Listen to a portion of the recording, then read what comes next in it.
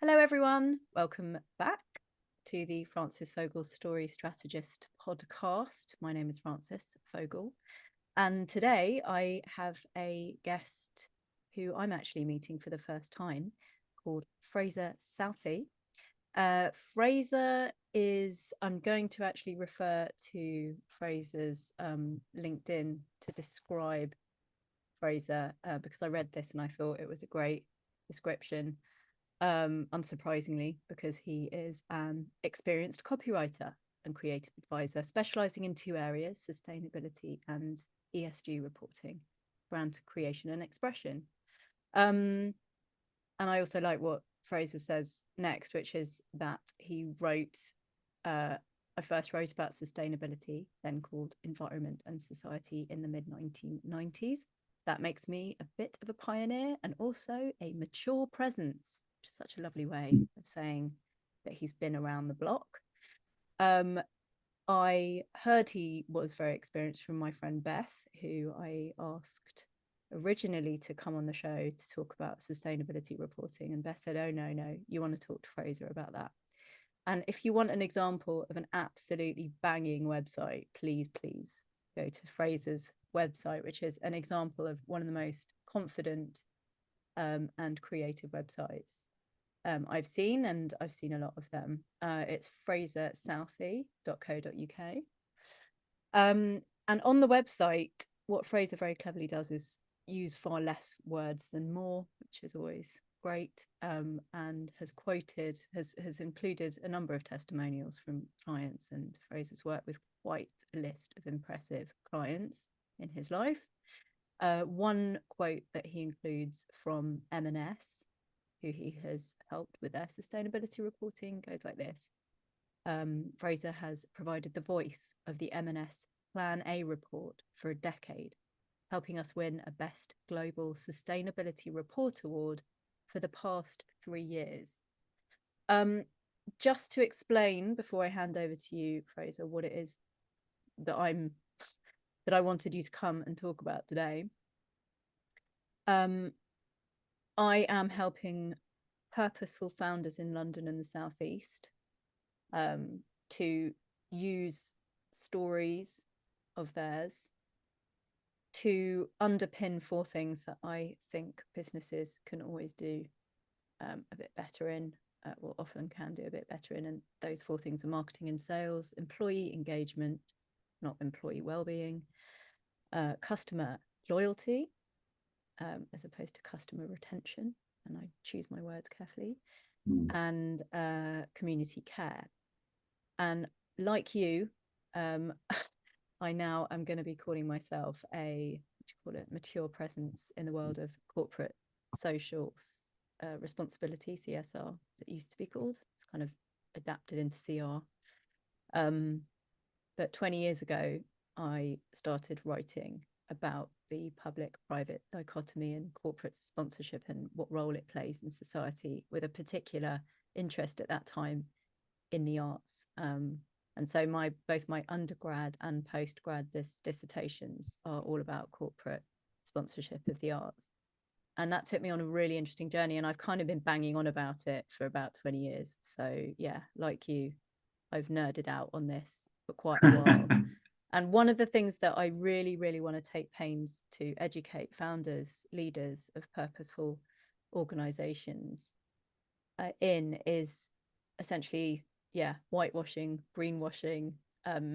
First of all, knowing what they mean when they say sustainability, and then taking pains to really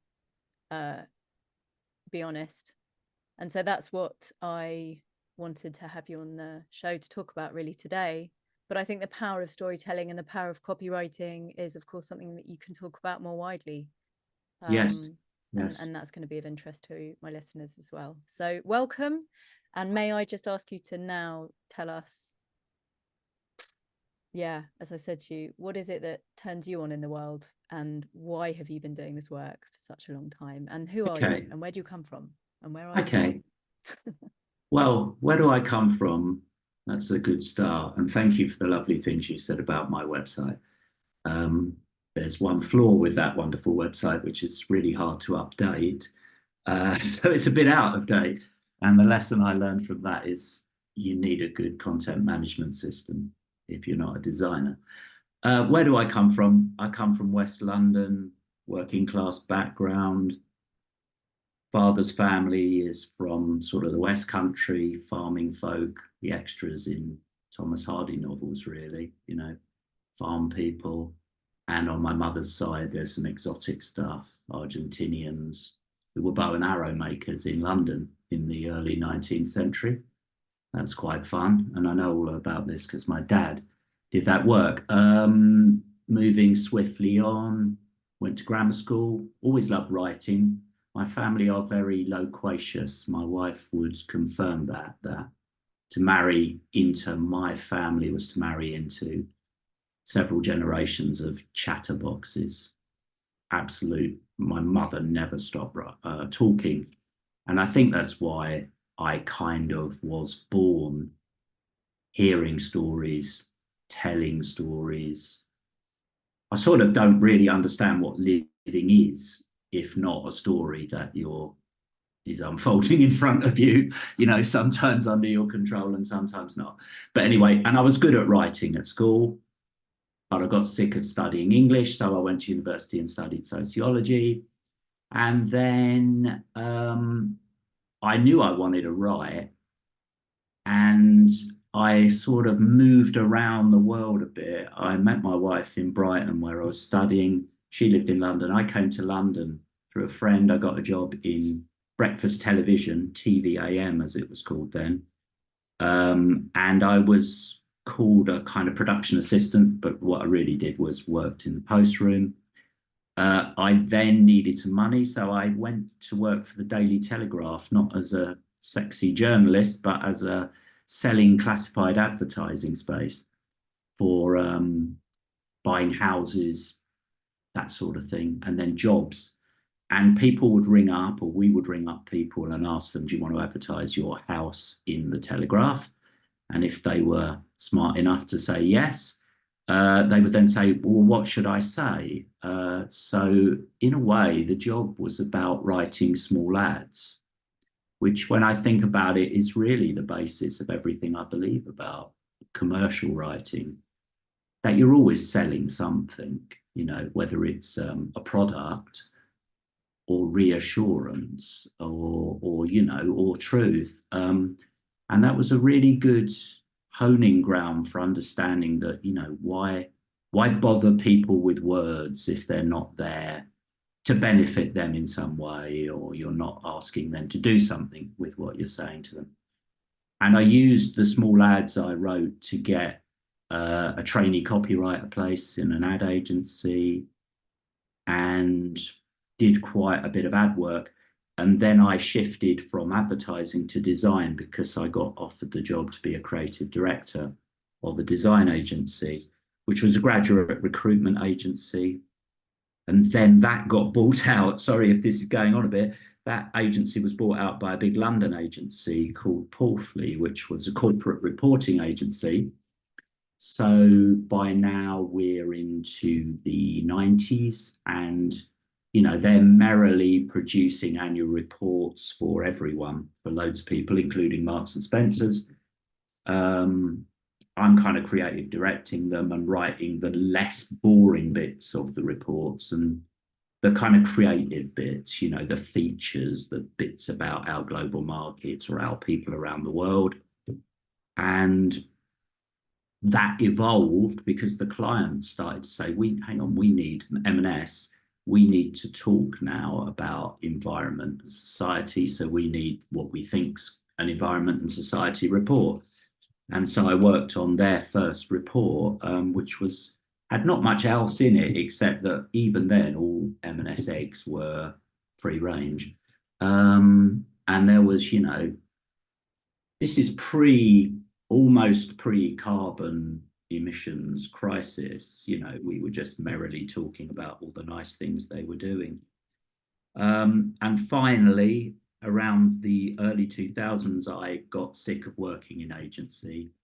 You know, it was that time where they were growing and then there were redundancies. I didn't get made redundant. I just left and went and worked with a friend who'd become corporate comms director somewhere, did a long project. And then, as you said, continued to work for M&S, worked on speeches for Sir Stuart Rose when they launched the Plan A project, which was at the time a kind of groundbreaking piece of commitment to do 100 things on sustainability. And also it was kind of writing revolution, because, it didn't say we've got 100. The wording for it was Plan A, because there is no Plan B. We've got to do something about this planet.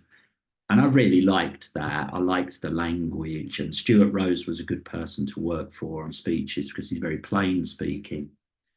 And then I kind of, in a way, I have no sustainability technical background at all, but, you do one job and there aren't many people doing that job. You get asked to do others, so over the years, just work for more and more and more people, from, in a way, the good, the bad, and the ugly. I was thinking that I sit here having written about sustainability for really worthy organizations, charities, green funds, solar energy, where there's no real downside.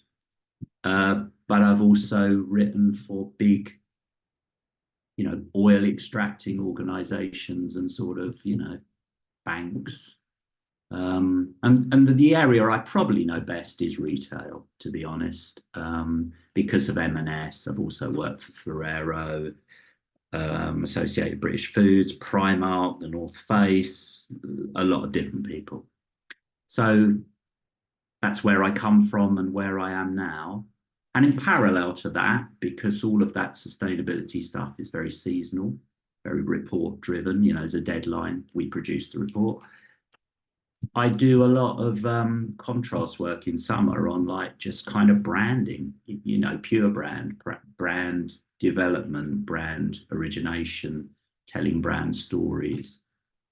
And I really like that because it's such a contrast to reports, which are big and technical, and my home turf, really, because I come from advertising, is like a headline and, about 200. But actually, I quite like, I like a page, 14-point page. I think that's really nice. You've got enough time to tell a story, but no one's getting bored.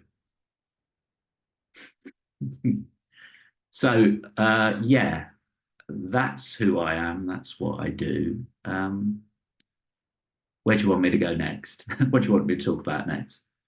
Thank you. That was lovely. And just for anyone who isn't clear about what we're talking about, because there's nothing like a wanker with a acronym. So ESG, just to read a description I found online quickly. ESG reporting is the disclosure of environmental, social, and corporate governance data. As with all disclosures, its purpose is to shed light on a company's ESG activities whilst improving investor transparency and inspiring other organizations to do the same, which I thought was quite a good description to have chanced upon, really, because we will be going into that. I mean, they're two sides of the same thing, really. ESG has emerged. They're almost linguistic choices. I think you call a thing a sustainability report when you've got a wider audience than investors. When there's some notional sense, you might be talking to normal people. ESG is more hardcore. It's about convincing hard-bitten investors, sometimes, on-side investors, that, it does matter.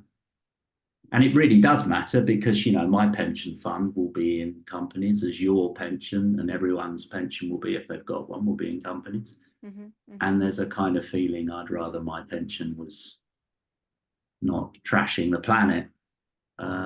So, that's important. But it's interesting you saying that's a good description because, there's so much there's so much, there's a lot of kind of waffle in what I do, you know, disclosures about concerning blah, blah, blah, blah, blah. And reporting language is full of that, full of acronyms, full of weird terms that people never use in the real world. You know, if you met someone who spoke the way I write corporate reports, you'd kind of say, "Hey, look, I gotta go. I gotta go. You know, I'll see you around," because it's very technical. And that's quite funny when you were talking about avoiding greenwash. I was trying to think of a comparison because heavy duty corporate sustainability reports are so far from snappy greenwash, you know, that there almost ought to be another word. It's like green waffle or something. You know, they're so, we have significantly reduced our scope 2 carbon emissions over the reporting period. We attribute this reduction to the following blah, blah, blah, blah, blah. You know, the greenwash is getting done by people in ad agencies who are having a lot more fun, I think, you know. Or yeah, or maybe you should be feeling, well, I hear what you're saying, as being, rather than a wash, it's a smoke and mirrors. It could be perceived as being so over the I heads think of people. that's interesting. I think the organisations I work for, when I was making notes about this, I think what I observe of the big corporates that I work for is one, you know, there's a set aside team of both corporate reporters who are communicators, and there's a lot of specialists in the business. You know, there's the guy who knows loads about water, there's the guy who knows loads about biodiversity, there's the carbon crew. And a lot of these people, you know, they're scientists, they come from academic backgrounds, some of them have even switched from NGOs, etc. And they're very well intentioned, they're very principled. You would never meet anyone I work for who wouldn't recoil at the horror of what's happening to the world. So I don't know if it's smoke and mirrors, but what I think's happened with sustainability reporting is that it's become so by specialists for specialists that everybody else isn't involved, you know. And honestly, there are bits of corporate reports I write that I struggle to understand them and to edit them if I'm asked to, you know, look at them and change them as comments come in.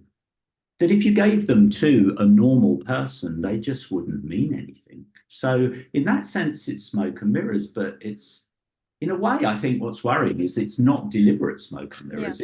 It's language losing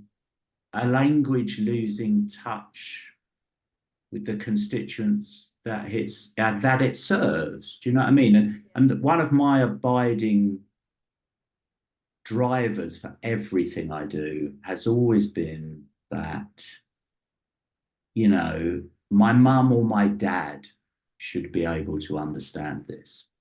And there's no excuse, even if you're writing about, you know, methane measurements in an organization, from a methane measurement expert to someone benchmarking their methane measurement. There's no excuse for it not being really clear, you know, and for it trying to avoid jargon. And just that a well-intentioned but uninformed person could pick it up and pretty much make sense of it. And that's a battle I really kind of feel I fight. And when you talk about the businesses, purposeful businesses or organizations you're helping at a smaller scale, I think one thing those organizations have an opportunity to do is not go down that road, is not get sucked into being so hardcore in the way they talk to the world, that they could maybe lead a bit of a quiet revolution in being clear and straightforward and honest, you know, but without going to the other extreme and getting all snappy and smooth and greenwashy, which is, I think, what can happen. I think sustainability reporting is almost where the buck stops when it comes to all of the trauma, concern, and fear that all of us as inner children are experiencing. And I went to hear the amazing Chris Anderson, who, of course, founded TED, the other night at an Intelligence Squared event in London. And he's just published a book called Infectious Generosity, and is very much, if people haven't heard him speak before or read anything by him, or even aren't familiar with TED, he's kind of, he is himself a sort of real example of infectious sort of optimism and you know, storytelling and generosity. And you can tell that everything that he's in the business of doing is about trying to bring good to the world, basically, in some way. And at the end of an hour and a half of talking with John Ronson, it was a really interesting conversation. Oh yeah, John Ronson's great too, isn't he? Yeah, it was wonderful. A lady in the audience shared in the question bit that she had a disability and finds it really irritating when people sort of generously help her, but without actually asking her what it is that she needs. And, you know, what were his thoughts on that? And Chris's response was, you know, as frustrating as it is, one has to remember what someone's intention might have been. And to your point, I see so many people throwing eggs at banks, and rather than sort of trying to change things from within, which really frustrates me, because having studied this for 20 years, I have evidence to suggest that it's actually more effective to try and come in and change things from the inside than it is to shout and point fingers. And I think the reality is nobody, to your point, nobody is wanting to greenwash, is wanting to create smoke and mirrors, is wanting to do harm.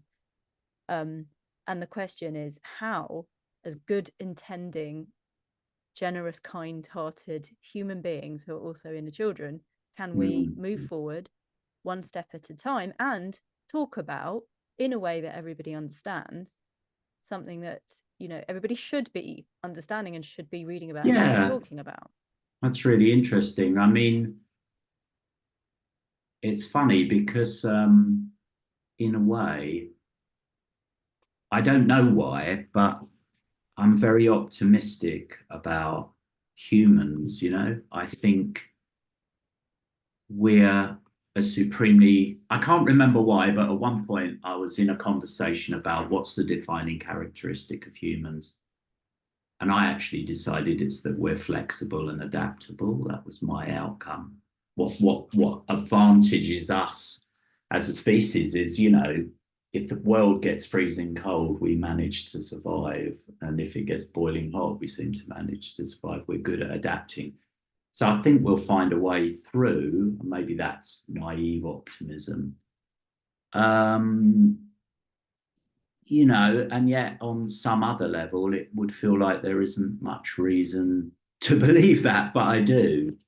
How do we pull together? I'm a bit like you, I suppose. You know, I wouldn't, you know, if I had a different ethical stance on the organizations that I have worked for and worked with, I wouldn't do it, would I? I would do something else. It would be unpalatable to me. Like I wouldn't become an arms dealer.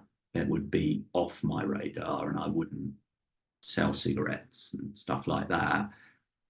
So I suppose I do believe in gradualism, that change happens. You know, that it's no good getting really angry about something that isn't happening fast enough. Like I'm not talking fast enough because I've got quite a slow voice or something. You know, and although I have no qualms and no problems with Greta Thunberg, for instance, or indeed, you know, the quite aggressive protests, I just think they set different speeds of change in conflict with each other. And I think Greta Thunberg and those people serve a really good purpose in that they hold feet to fire and they keep making us aware. But the reality is that, when they talk about these big things like energy transition, the move from oil and gas to renewables, that is happening. And in a weird way, that's happening for cold commercial reasons as much as benign love of the planet. Businesses are shifting to renewables because, one, they see that oil and gas is unsustainable, literally, not only because it clogs up the earth, but because it's running out and it's getting more and more expensive to dig out. So, eventually, and I think often in some respects already, cleaner energies are just more affordable. So businesses go where the money's saved. So that will happen. Do I think it's happening fast enough? No. But I kind of feel, maybe I'm biased because my employment comes through businesses on the whole. I think, the drag on progress, it might be some corporations, obviously, but I think the real drag on progress are governments. That governments aren't, for me, doing anywhere near enough. That what they should be doing is massively incentivizing shifts into clean energy or, anything that's renewable and sustainable, and massively disincentivizing everything else, and I know there's costs. And I think the trouble is, paradox of a democracy is that, the drive is to get re-elected, not to be unpopular by saying, actually, fossil fuel cars should just be priced out of affordability. They just, or conversely, you should throw so much money at making electric cars or, just affordable, or just, fill cities with bike lanes, just, so that, because consumers, like, we go where, again, the savings are. And the other thing is, I really don't think this is an issue consumers can solve. It really annoys me the way I think this problem in classic form has been thrown at us as normal people, as individuals, and we're all kind of now got hair shirt experiences about, oh my God, I should be recycling more. Oh my God, I should be buying an air pump. And, this problem needs to be solved by global organizations who, adjust it so that, yeah, I do buy an air pump instead of a gas boiler. But when I buy it, it's just really cheap, or I get a green loan or a green grant to just put it in my house. So, yeah. And I have kids. And in fact, I have very small grandchildren because I'm pretty ancient. So this matters to me massively. You know what I mean? I want them to live in a better world than I live in. Yeah. Mm-hmm. Oh, I feel a bit teared up now. Yeah, But and it's a lot. sorry, It's a I've lot. rambled a bit there. That's all good. That's all yeah. good. Thank you. So as my brand manager, Leslie, who's American, would say, it's a lot, which it is. So Yeah, it is a lot. It is a lot. And I think you're speaking something that I just want to pick up on. So one of the things that came out the wash for me quite quickly was that there was a lot of attention being paid to the likes of BP and Shell back in the day. Yeah. Quite rightly. Yeah, absolutely. Therefore, I was seeing that actually quite a lot of organisations which were doing possibly nearly just as much harm were kind of falling off the radar. So one of the things that I feel not defensive of those big corporations about, but rather I just sort of want to keep in check is that it's not you're all good and you're all bad, and that there's quite a lot in between. And then, of course, like I was head of corporate development at English National Opera for a bit, and we must talk about singing, because I've noticed that you sing alto. I'm a first soprano. No, so I'm a second bass. I mean, sorry, bass. What am I talking about? Obviously, I'm right at the other alto. end. I'm so sorry. Obviously, you're not an alto. But let's just park that for a minute. Let's do another podcast. We'll go off in a amateur, or you might be a professional, but opera singing, please. Yeah, please. No, well, please. Let's just park that for a minute, because it's very important to me. But so yes, I did that for a bit, and of course, one wouldn't want to take money from drugs, arms, blah blah blah, tobacco, and yet there's this kind of bank of, like, should we call them red brick as opposed to Oxbridge organizations, who need to, and are now thankfully being held to account as much. But I just want to say that, right, there's nuance here. And then also, I am going to push back on you, and yes, it's down to the big corporations, and I want to bring your farming background into it at this point. So I would like to work with small organizations for a number of reasons. The work that I want to do with them is, it would be unwieldy and impossible if they were so big that I was having to, left hand wasn't talking to right. I've got no interest anymore, having been in the city, of working with organizations that big from a self-preservation point of view. But also, I want to help the smaller organizations to, as I say, punch with and above the big boys and girls, because I believe in a diversification of the of society and of the economic climate. And also, I think actually, when you are nimble, you can make great tracks. So again, in between the kind of Greta and Shell is the smaller organization. I just want to ask you before I stop waffling, I'm going to assume you've read Citizens by John Alexander. I know that book. I've got a couple of other things I always go back to as well. Sorry, I just held up to the screen. Sorry for anyone listening. I've just held up Citizens by John Alexander, and the byline is, why the key to fixing everything is all of us. So but I agree with that. I think most good things start from small things. When I used to work for Lloyds Banking Group, doing their sustainability work, and they have a Helping Britain Prosper plan. That was their sort of big program. But, at the same time, they were just stealing all those cool ideas about, challenger banks and about Monzo and stuff, and trying to get in. That didn't cut out of them. They were far too big to ever come up with that, But, so fintech drives change in the big organizations. So I kind of absolutely agree. I think what small organizations do is they're where the ideas come from, and then that filters upwards. And it's the model, isn't it, for many people? I set up a small business. It's really cool. It does things different. It's nimble. It's fast. And actually, I don't mind if, like, 20 years, 10 years down the line, it gets bought by a big company,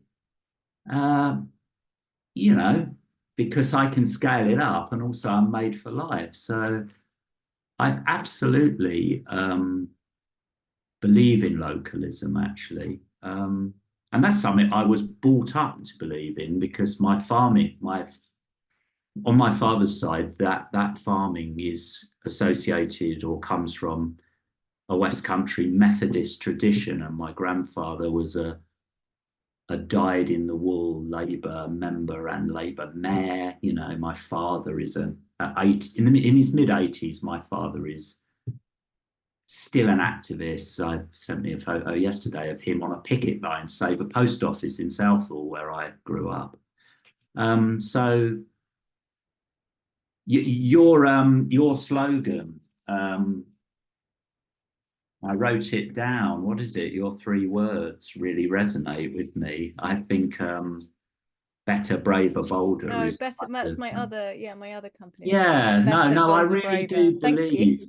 I think, and as I say, what I think is tough for small organisations who wanted to be involved in that sort of, sustainability is, one is that although they sit, they would sit below the 250 million or 250 employees, X £1 million turnover threshold for having to report on all of their carbon, that they're going to lack the technical expertise to really maybe know what changes really make a difference. But then I think that's when people like the person who's not on your show, Beth Derry, really come into play, because Beth is not only a great writer, but she has a kind of really, I think she did have, or was getting together, a really nice offer, which was to say, I'll be a small scale specialist in sustainability and I'll work with your small scale business. And, you don't need to get bogged down in all these EU regulations. You don't need to know the difference between a scope 1, a scope 2, and a scope 3 carbon emission. I'll come in and I'll sit with you, and we together will work out what you can do to be sustainable, to be ethical, to be part of your community. And then we'll set realistic plans, to make measurable change. And I think, I would rather do that. I think that's a beautiful model, really.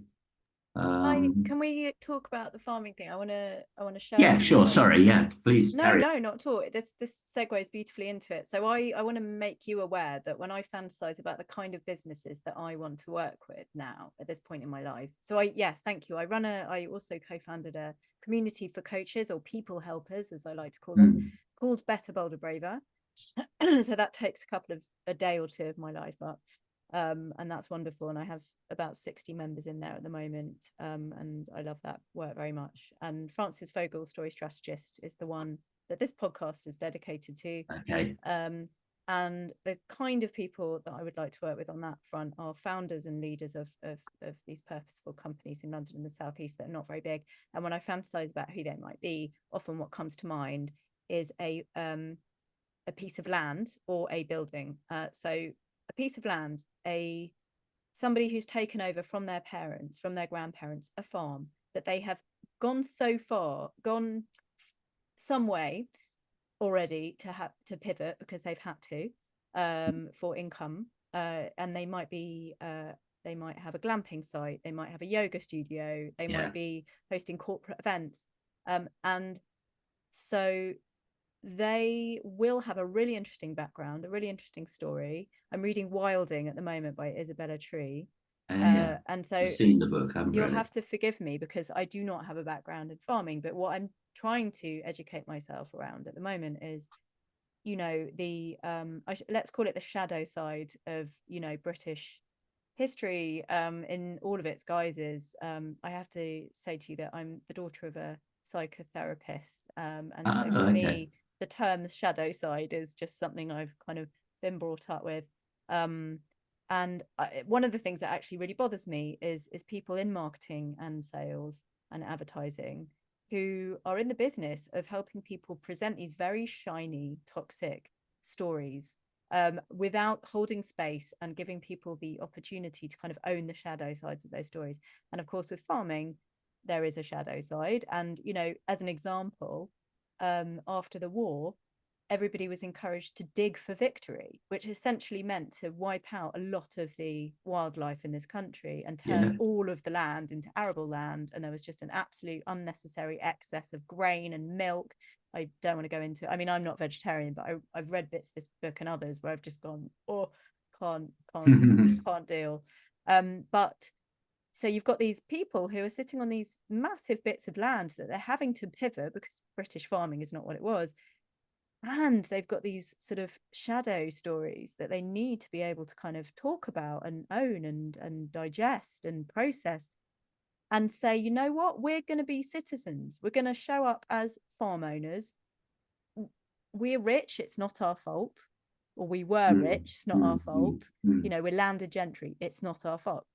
We are sitting on a gold mine of land and stories, and we want to be citizens, and we want to turn this into a community-minded project Yeah. you know, and capitalize on the space and the heritage that we are sitting on. Or maybe it's a listed building that's a pub that Yeah. was Yeah. Yeah. used by the smugglers in the 18th century. And, you know, in the wake of all of the Young's pub chains and, you know, things like the Pig down the road, they're really struggling because they haven't got a really posh kitchen, garden and spa area. But they have this incredible story and an amazing building. So it's like, how can we help them be okay with their history? And then, as I say, start doing marketing and sales better, keep people that work for them happier and more engaged.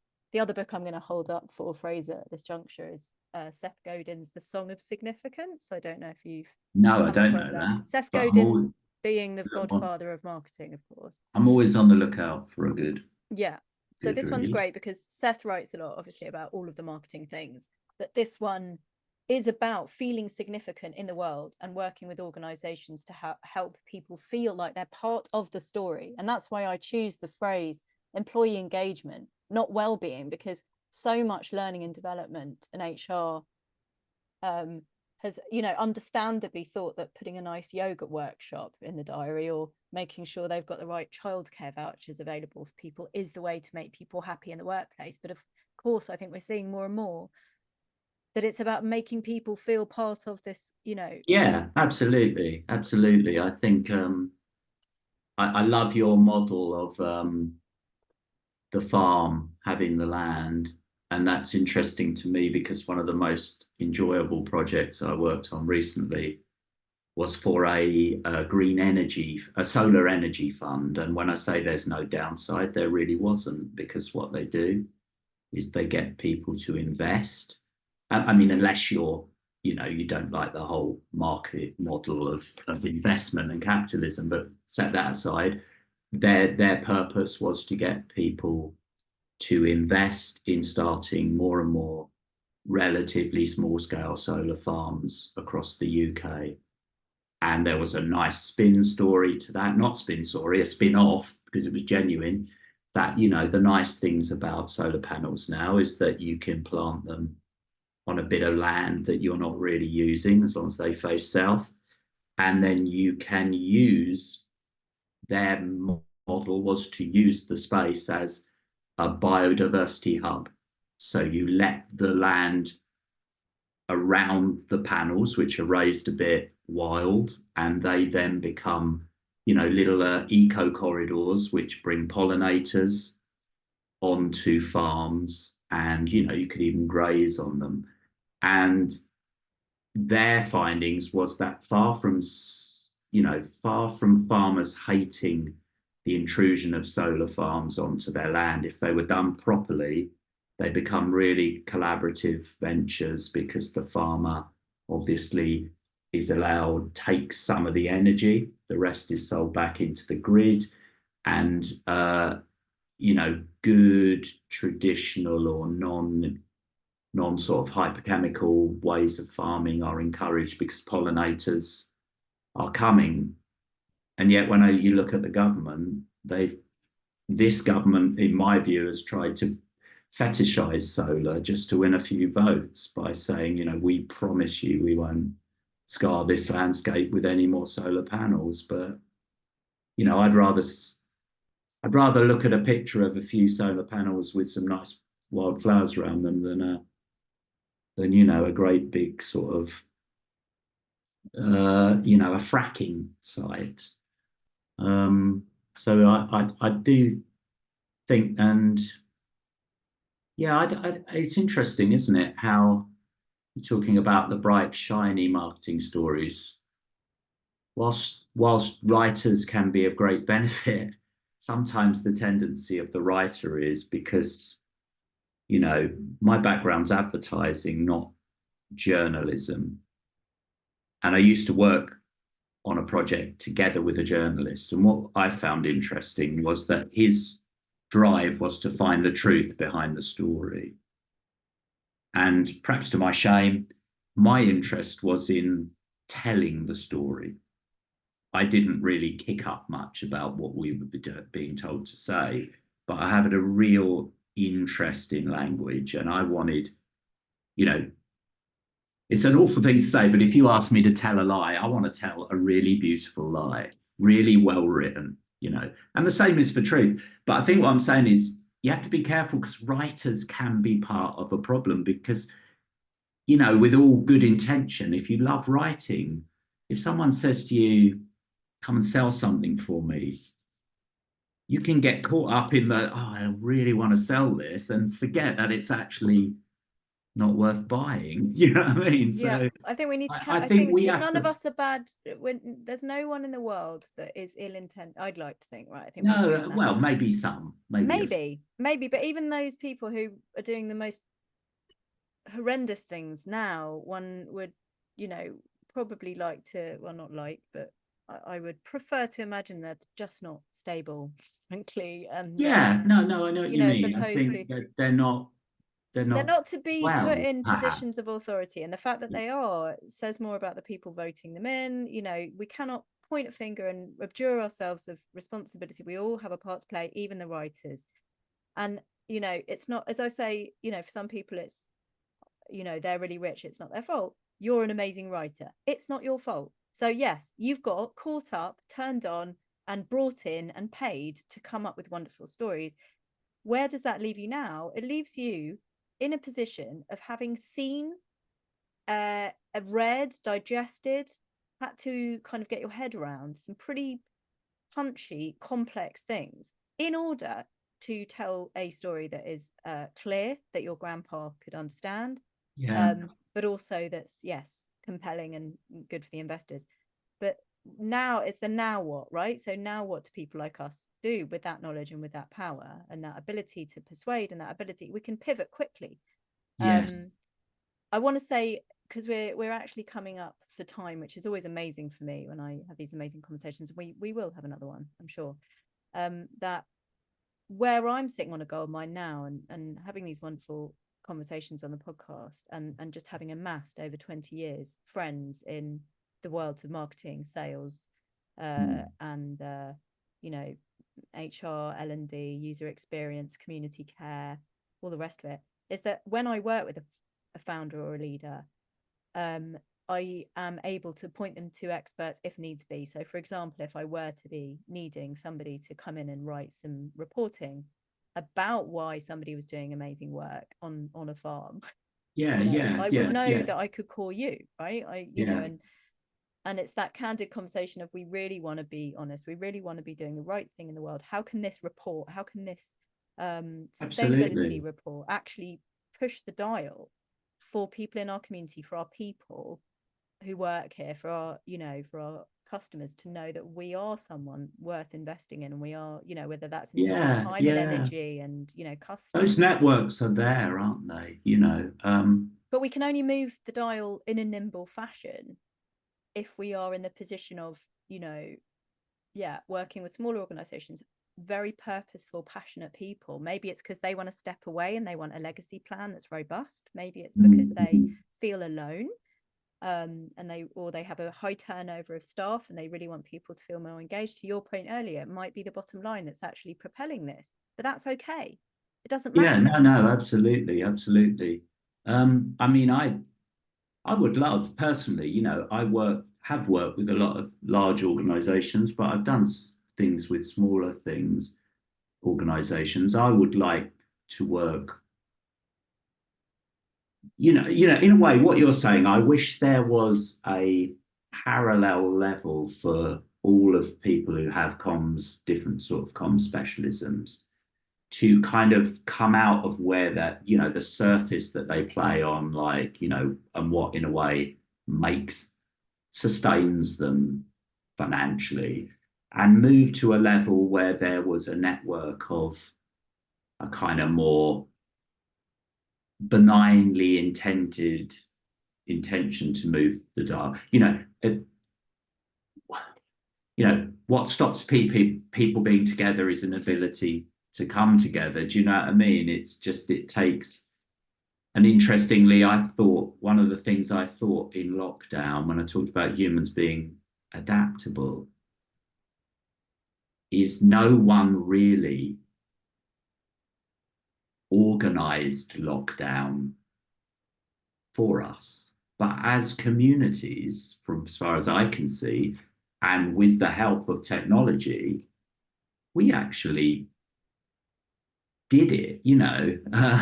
We could have gone on living. Some people would get suffering terribly, but if we'd started to redistribute what's necessary, we could have kept the roads empty. I always think of how beautiful it was, rather selfishly, where I live and how quiet it was and how there were no aeroplanes and obviously people in like hospitality industries were dying and needed help. But I kind of think I think I because I am optimistic. I was one of those fools who thought maybe it will never go back. Maybe summit's changed forever. But I do think it made people get really good at networking. Although we weren't allowed to see each other, Mm-hmm. it forced us to think about how you can connect more, how important connection is. I mean, I built two businesses as a woman with two tiny children, one of whom has got medical needs Yeah, because I was able to work at home. yeah, So I think from an inclusivity and diversity point of view, yes, it's kind of gone back, but now we are all aware that there is other ways. I had a wonderful yeah. It's couple of moved. people Yeah, on the show talking about what they call work style, and just they are champions of it. Doesn't have to be one way. So no, yeah, I mean, it was a horrific time, but I think you're right that we've seen that we can adapt. We've seen that we can be creative with how we work and who we work with, and we have choice. And as John Alexander says in Citizens, we can go outside and pick up the dog shit from outside our own front door. And then there's another great story in the book of a couple who get a boombox out and just get the attention of everyone on the street, and then once they're all out, they give them all bin bags and say, should we just tidy up the street? And yeah, let's yeah, start there. Instead of waving our fingers at the poor inner children that are the politicians of this world, who, as you say, really are just in the business of trying to get re-elected, yeah, yeah, and yeah. just turn our attention to actually doing some shit ourselves. I mean, I know this very clearly, and I live in awe of them slightly because my mum is now dead, but my mum was disabled with polio from the age of 3. So she was in a wheelchair quite early in her life because she had joint and muscle deterioration. In their 60s, my mum and my dad, through their local church, which is multi ethnic, because they lived in Southall too, high Asian population, West London community. Without any support, they just set up a toddler group for to take the children of people from the church, but from anyone. And it grew to be about 150 kids attending this thing, so mums could go to work. And my mum was nominated for one of those ITV Wonder Citizen things and didn't win, but like it was staggering. But in a way, I think that's happening everywhere. People do stuff. Where I live in a little kind of estate of flats, and there's a bit of kind of petty bureaucracy about the committee, but people do stuff. And as I say, I mentioned my father earlier. I can't remember the number of campaigns he just gets on. He just says there's a meeting about they want to redevelop, want to build houses on an old gasworks in West London, and we got to make sure that they really do put social housing in that. So I'm getting up. I'm 85. I'm going to take my rollator. I'm going to make 2 bus journeys, and I'll be in that meeting. And then I'm like, and he's like, do you want to come? And I'm like 30 years younger, and I'm a bit tired. Do you know what I mean? But if you prod me, you know, I sit at a desk for my life, but I think, like you say, if you play the beatbox, they will come. Or boombox. Beatboxing is Boombox, yeah, different. you know that's what, Beatboxing is the boots and cats thing. Can you do it? Boots.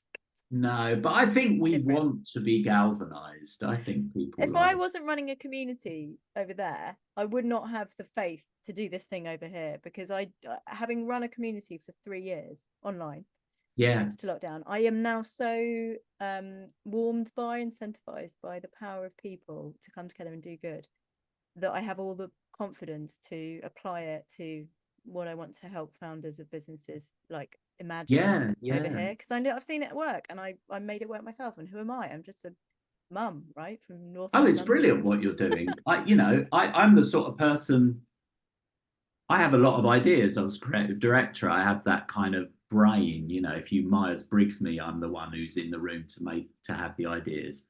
But one of my flaws is I'm not a great completer finisher, although I've had to learn to do these long reports. But I'm so in awe of people who, I think about, maybe I could have a podcast, maybe I could have a blog. So to sit and talk to someone who's actually got a podcast, it's like, whoa, well done, go you. There's something of stupidity about it, probably, and naivety. But anyway, on that note, it's been an absolute pleasure. What choir do you sing in, or what opera company? So I sing in actually another good cause where I live in Blackheath, southeast London, not exactly the poorest part of the world, near Lewisham, Deptford. There's what's called the Blackheath Community Opera, and every year we put on a big opera in a local hall, which is a big Blackheath concert hall. And the glory of it is that at one end you have professional singers. We had Matthew Rose, for instance, who's a bass singer who's sung at Met in wherever. Are you still there? You're frozen. I am. The New York you're Met. just sitting still. Anyway, okay. You get a professional conductor. I do that thing where I'm so enwrapped with what someone's saying, people director think I'm frozen. at one end. Sorry. And they pretty much do it for nothing. And then at the other end, on stage, when we perform, you've got kids from special needs schools. And I do it because I can sing and read music. But I do it because it's amazing. And for 2 performances, I did Dido and Aeneas, and then we did La Belle Hélène. And for both of those, I was like the buddy of an 18-year-old guy with profound learning difficulties. And, I mean, it's just such a beautiful thing to do. And if you sing, you also know there's nothing more coming together than singing. Funny enough, we're doing Dido and Aeneas at our next concert, the Finchley Choral Society. But funnily enough, I was conceived in Blackheath, because that's where my parents lived when they got married. Right. And so there you go. Oh, right, yeah. Oh, Dido's a lovely sing, beautiful song. Yeah, it's amazing. Gorgeous. Can you send me details of your concert and your next stuff? I'm happy to post it along with the show notes of the show. Thank you, people, for listening. If you want to get in touch with Fraser, the best way is via website, via LinkedIn. Well, actually, go LinkedIn, and if you wished to share my email, because my email, I'll share your LinkedIn. I'll share your LinkedIn. Share my LinkedIn, because my email via my website for some reason doesn't seem to be working. It's more that if you post emails all over the place, you're more no, don't do that. You're right. So let's not do that. You're right. But I'm happy to share your LinkedIn, of course, and it's been an absolute pleasure. I don't think this is for me too. Me too. Yeah. Thank you, Fraser. Thanks.